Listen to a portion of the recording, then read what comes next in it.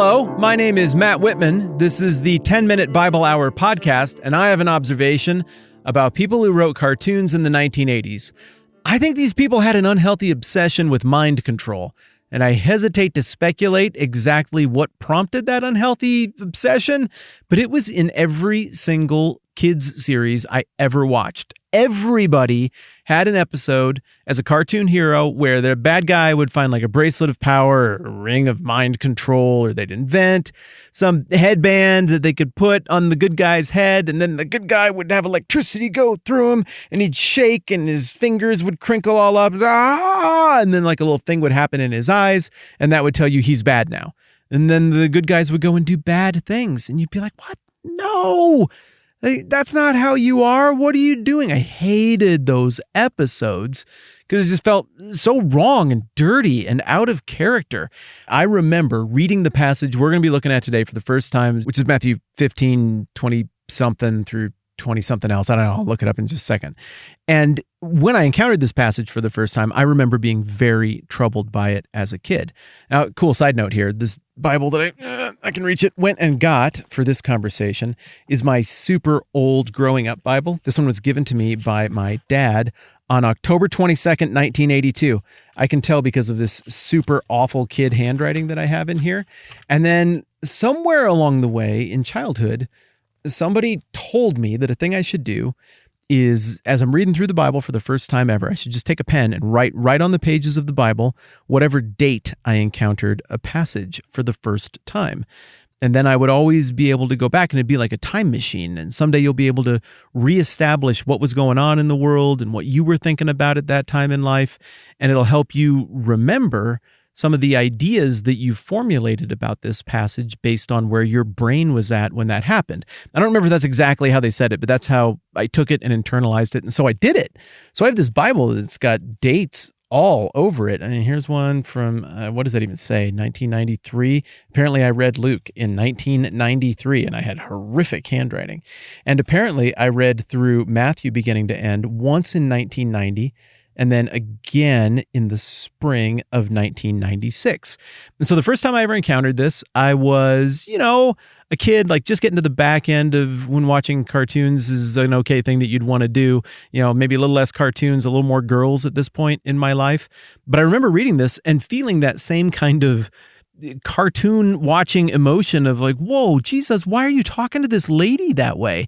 Is there the Pharisees invent like a mind control bracelet and they're controlling your brain? Fight it, Jesus, fight it. I mean, I don't think I was that dumb, but it troubled me because what I'm about to read to you seemed really out of character for him. And that was confusing for me. So this is the passage we're talking about. Matthew 15, starting in verse 21. We worked on some of the geography and narrative stuff about this yesterday, but now we're into Jesus' exchange with this lady. So it goes like this. Leaving that place, Jesus withdrew to the region of Tyre and Sidon, so way up north from where he normally hangs out, non-Jewish, that is Gentile territory. And it says, a Canaanite woman from that vicinity came to him crying out, Lord, Son of David, have mercy on me. My daughter is suffering terribly from demon possession. Jesus didn't answer a word, so his disciples came to him and urged him, send her away. She keeps crying out after us. And he answered, I was sent only to the lost sheep of Israel. Then the woman came and knelt before him and said, Lord, help me. And he replied, it's not right to take the children's bread and toss it to their dogs. Yes, Lord, she said, but even the dogs eat the crumbs that fall from their master's table. Then Jesus answered, Woman, you have great faith. Your request is granted. And her daughter was healed from that very hour.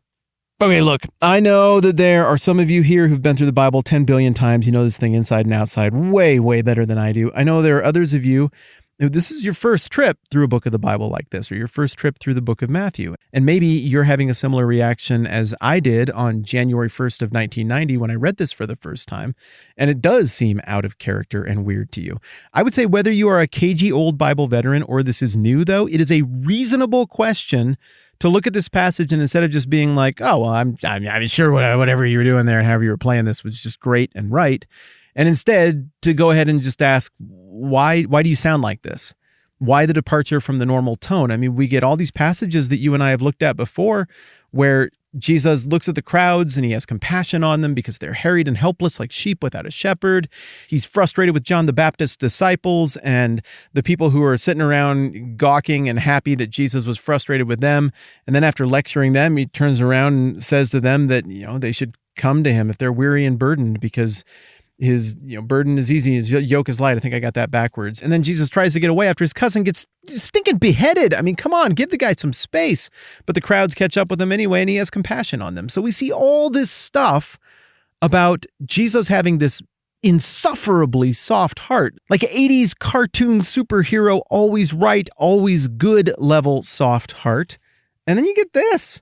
And it sounds, I don't know, by today's standards, almost a little bit racist and certainly off-putting and not merciful. And I think it's okay to just be like, what the heck is going on here? So let's do the thing where we try and really honestly break it down, reserving judgment, and then we'll consider what the possible explanations are at the end for what's actually going on here. And I can tell right now, this is going to be one of those 2-day conversations, so we'll get as far as we get, and then we'll just flip over to the next thing.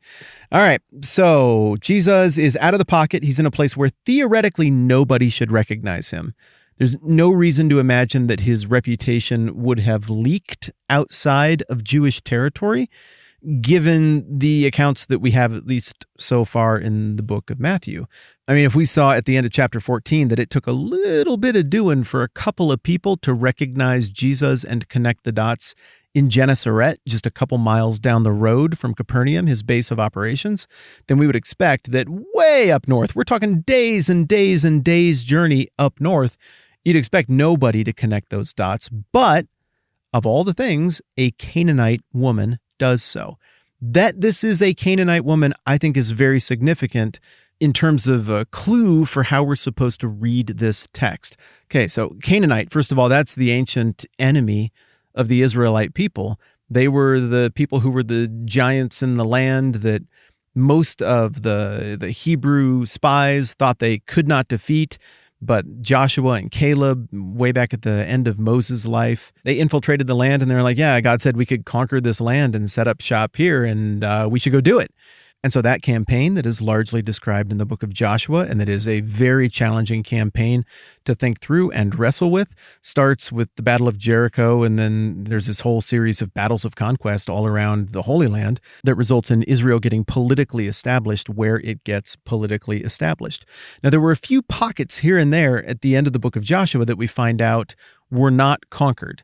In the book of Joshua, that is not held out as a positive thing. The idea was that they were supposed to conquer all of it and either completely defeat those other people groups or in one way or another assimilate them under the authority of the God who they worship.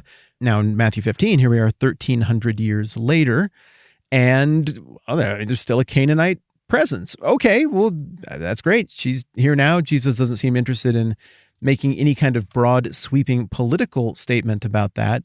The fact that this is, one, a Canaanite, an ancient enemy of the Jewish people, and as dark and difficult to process as this is, she is also a living reminder of her ancestors' failure to completely conquer this land. Someday we'll take the time to process that out more deeply. Further, it's a woman, and the cultural expectation for a rabbi at this time would be that you would avoid this person on both of those grounds. It's not just a Gentile, it's a Canaanite Gentile, and further, that's a woman, there's no upside to this interaction occurring. So this Canaanite woman comes out from the vicinity and she's crying out, "Lord, Son of David, have mercy on me." Wait, what? Record scratch? Excuse me? She identifies him as the Son of David, and it's a positive. Well, shouldn't she be embittered and angry about this 1,300-year-old conquest and the tremendous slight that her people endured? I don't know. Maybe she should be. I mean, there's a lot of slights throughout history that everybody would have to work hard to keep track of, and probably everybody would have to go around with a chip on their shoulder if we were going to sort that stuff out completely. And maybe that's what we ought to do. Maybe there should be more chips on shoulders. But whatever the case, it doesn't seem that there's anything there. In fact, it seems like it's the exact opposite. That Son of David here isn't meant to be first and foremost understood as some kind of political acknowledgement of the Jewish conquest that had occurred and their political sovereignty. Now, Son of David is a messianic term. And we see it that way from the very beginning in the book of Matthew. I mean, isn't it like the first verse of Matthew? I'm going to look dumb if it's not. At Matthew 1:1, a record of the genealogy of Jesus Christ, the son of David, the son of Abraham. So there's Matthew's thesis that Jesus is the son of David, and that means more than just a political claim. That's developed thoroughly in the first 4 chapters of the gospel. And then on through, anytime we see somebody use the title son of David, it means they get it. It means they see Jesus for who he is before it was cool to see him that way. So how wild is it that this outsider in every way sees Jesus in a place that he shouldn't be? Like, whoa, whoa, whoa, whoa, whoa, whoa, whoa, that is Jesus of Nazareth, right? Like, I don't know how she recognized him in the first place, but even if she did, how wild is it that she would care and care in a positive way, but recognize she does and care she does, and further, she's not hesitating. Implicit in her identification of him as the son of David is her saying, you are the one who is supposed to reign on the eternal throne of David. I know exactly who you are. And if there's any confusion over whether or not she really meant that by those remarks, well, would you ask the following of someone who you just thought was some sort of political heir to settle a political dispute? Because she chases that by saying, my daughter is suffering terribly from demon possession. In other words, she believes that somehow being the promised son of David comes with the ability to resolve supernatural affliction. And her request is not unprecedented because, again, I'm all over flipping pages in Matthew chapter 8. The second thing that happens when Jesus comes off of the Sermon on the Mount is that he gets approached by that centurion who's like, hey, my servant is lying at home paralyzed and is in terrible suffering. I mean, this is very, very similar. So as we get set to hit pause for the day here, we have to acknowledge that at least once this exact formula for a thing went down, and we know how Jesus responded. He resolved the situation with a non-Jewish person making almost an identical request that would require almost identical power over distance and power over affliction. In that case, it looked like physical affliction. In this case, it looks like supernatural demonic affliction. And tomorrow we'll try to get to the bottom of why he wasn't perkier and more eager to help, and why it seems like he's almost being out and out mean and grouchy to this lady. Pausing there. I'm Matt. This is the 10-Minute Bible Hour podcast. More this mañana.